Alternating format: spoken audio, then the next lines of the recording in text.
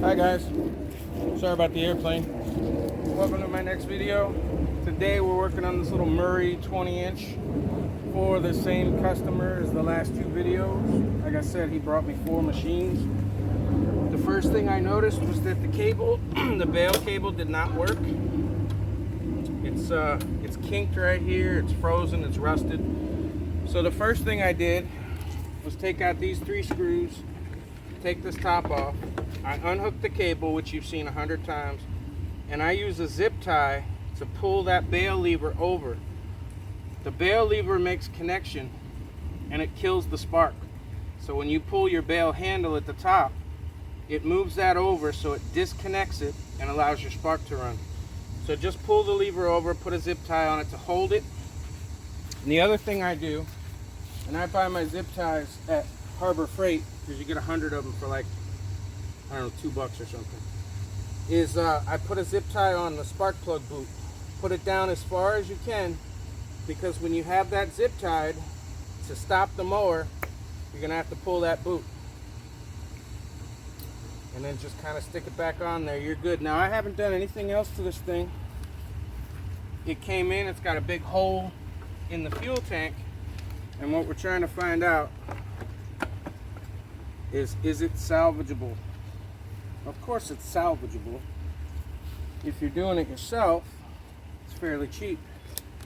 If you're paying someone else to do it on a mower that you can buy in working condition for these little Murray hyper tough cheap 4.5 300E Briggs on these little decks, you know, they're $150 new, but they're only worth 40 or 50 bucks if you were to try and sell it. So I'm going to bypass everything that is full of oil and throw away, nasty. I don't expect anything. I'm just hoping she'll bark. A little bit of carb cleaner, gas, brake cleaner, anything.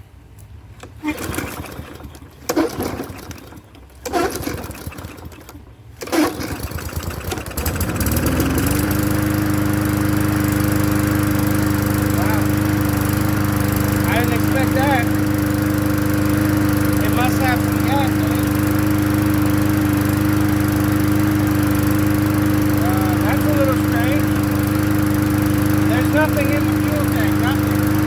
I can see it's bone dry. So it must be running on whatever fuel was still left in the bowl of the carburetor.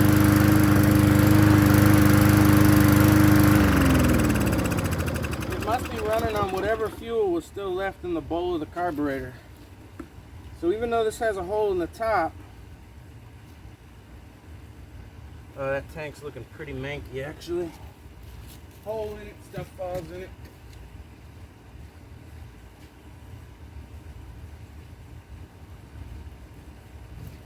And whenever I get a mower, it's not worth fixing. Oh yeah, that's full of dirt and everything.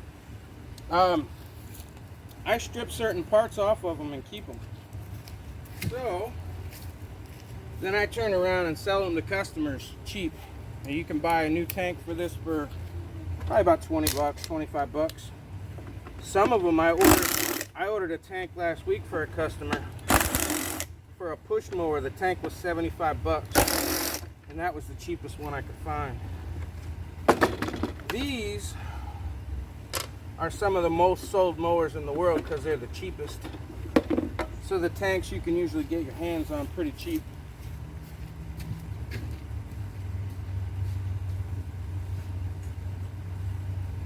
However, in the world of COVID, everything's gone up exponentially. I looked for the carburetor for this. I have another one identical to this. The cheapest carburetor I could find for this model was 40 bucks on Amazon. So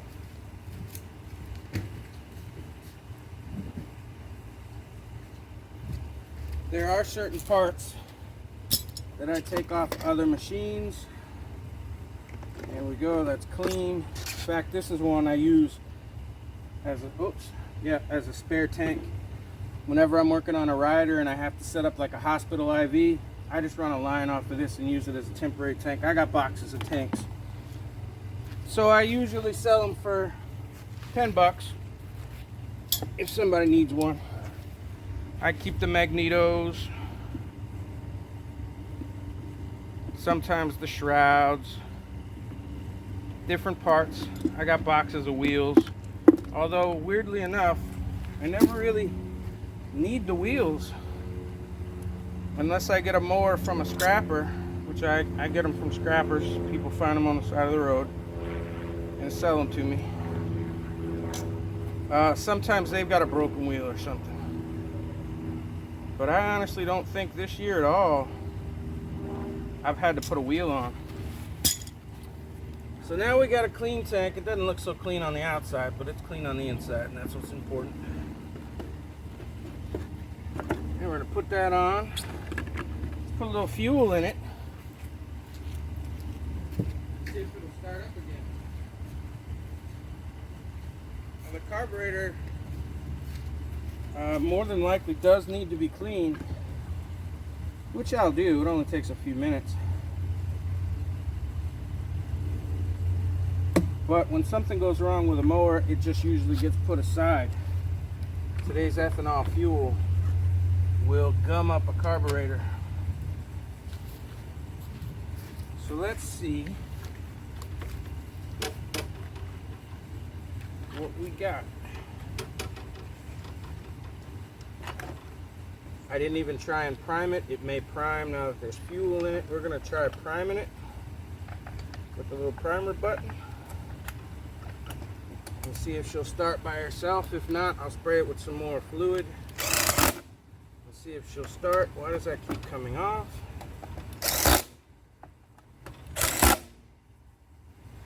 Make sure you don't leave your tools down there to get run over.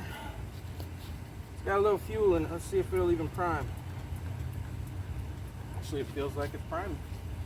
Spark plug's back on.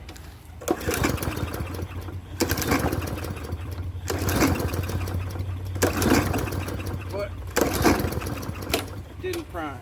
So let's prime it. That does not bother me. Now it's primed. Usually when you spray it, it takes 3 to 4 pulls for it to start. Let's see if it'll start and run.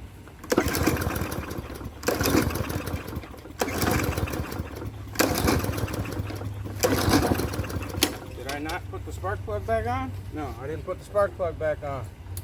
Dumbass. Why didn't you tell me?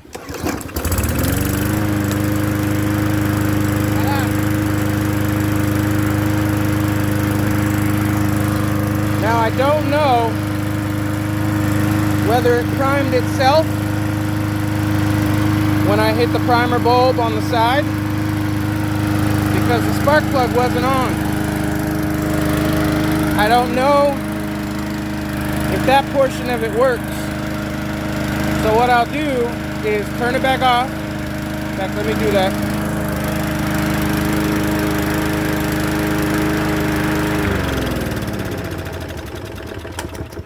The reason that I waste a zip tie here is because if you try to use pliers, 9 times out of 10 you're gonna get shocked. People make that mistake and they just grab a pair of pliers and go to pull the plug wire off and they get shocked. I don't like getting shocked. And since I work on several of these a day, I don't like getting bitten several times per machine. So you put a zip tie on there and you don't get shocked. Now, like I was saying, I don't know whether the primer bulb worked. It felt like it had suction. But because it didn't start by the 4th or 5th pull, I primed it with the carb cleaner and then realized that the spark plug wasn't back on. So I'm gonna let this set. I'm gonna check the oil and I'm gonna let it set for 20 minutes. The reason that it starts on the 4th pull usually when you spray it with carb cleaner or put gas right in it is because you're flooding it. Then every time you pull it, the first 3 times, it kind of gets rid of the excess gas. And usually by the 4th time, it has the right mixture to start. And it'll start for just a second and then die. And that's what I call barking.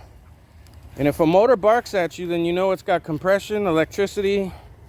You just got a fuel delivery problem. In this case, the tank was bone dry and it ran.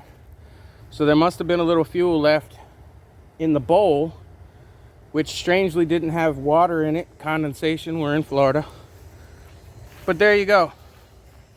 So I'm gonna check the oil. I'm gonna let it set for 20 or 30 minutes, and whatever fuel is in the carburetor will have evaporated off. Then I'm going to prime it. I'm gonna pull it a few times before I do anything and see if it'll start. Some of them, like I have the identical mower over here. This is the one I use in my backyard. Identical little Hyper Tough Murray. They're all the same exact engine, same body. That one I don't have to prime, it'll just start by itself. So I'm gonna pull it a few times without priming it, without doing anything, see if it'll start. Then I'm going to prime it with the primer bulb, see if it'll start. If it does, I probably won't even bother to clean the carburetor because it's running great. You're also looking under the carburetor for dripping fuel. I don't see any dripping fuel on the body. So we're in good shape. I put a cable on there, and those cables typically run 10 to 12 bucks. They're easy to put on. I'll make a little thing at the end of this video to show you how they go on. And we're in business. This little thing will run. I use the identical one over there. So there you go. Anyway, we got a quick running mower, and all we had to do was replace the fuel tank, which I happen to have spares of, and put a cable on it. So that's a win. The cables and all I pull off of other machines. These tanks I pull off of other machines. So for me, I got this machine free. He brought me 4 of them. He said he did not want this one. The next video that I'm making, he didn't want that one either. I could have those. So I got a free running mower that I don't have to do anything else to. You just watch me fix it, and I'll show you the cable in a minute. And then I'll just turn around and sell it for 50 bucks. You know what I mean?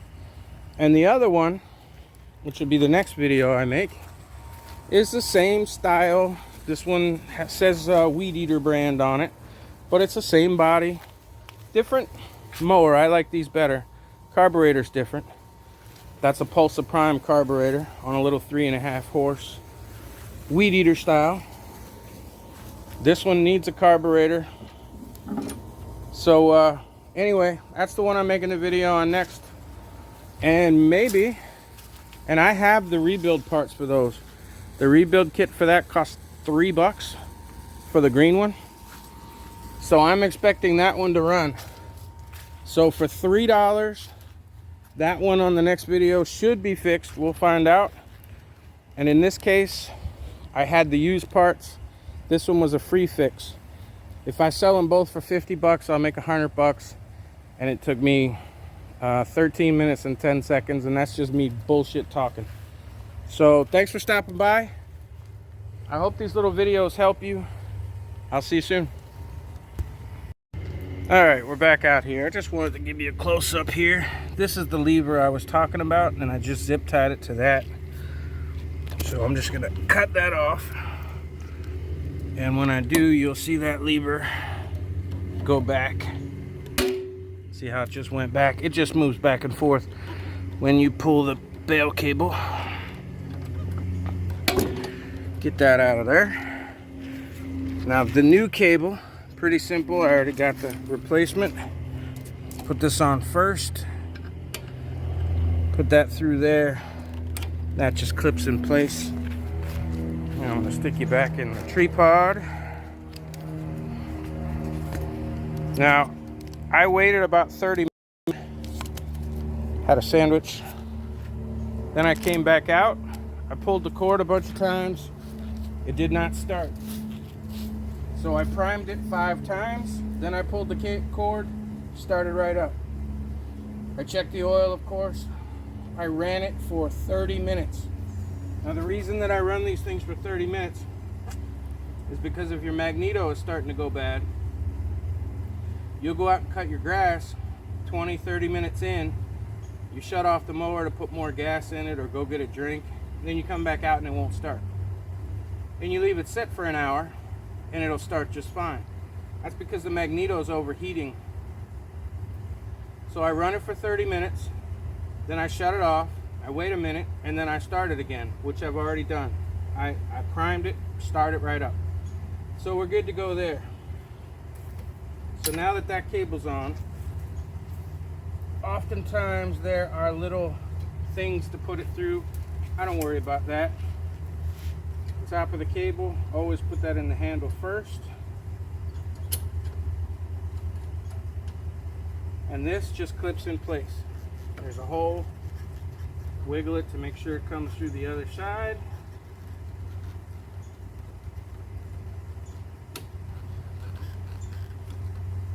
Looks like there's something in there.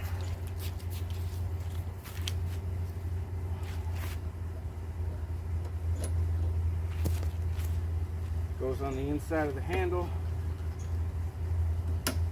And there you go. It just clips on. Excess cable does not make a difference. It doesn't matter at all. So I'm going to pull this little thingy off. If I would have fed it through before I put it on, I wouldn't even have to pull this little plastic thing off. I'm going to put that around the cable, put it right back where it was. It's just a cable holder. And then I will probably take a zip tie, put it there, and that's it. Your cable's on. So it primes right up.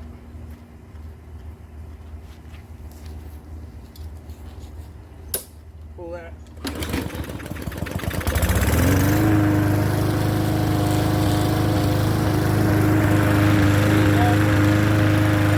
Now you let go of the cable and it shuts off. And it's that easy.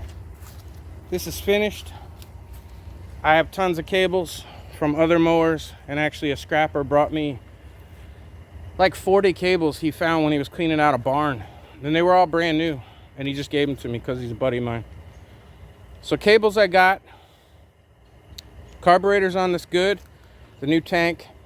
I personally have zero money into this machine, but if you were to buy these parts new, 10 bucks for a cable, 20 bucks for a tank, 30 bucks, and you got a mower. In COVID times, it's worth about 50 bucks. Non-COVID times, before COVID hit, you could sell that for 75. Everything's selling cheap used, and the prices at the store have gone astronomical. I don't understand how that works, but I can't even sell a rider for 300 bucks anymore. And the cheapest one at the store now is $2,000. Everybody's offering you 150 bucks and nobody's buying anything. I've barely sold any machines this year. I have this John Deere sitting here in perfect condition. It's a $3,000 mower and I can't get 300 bucks for it. So I'll keep it. Anyway, that machine's done. Thanks for stopping by. See you soon.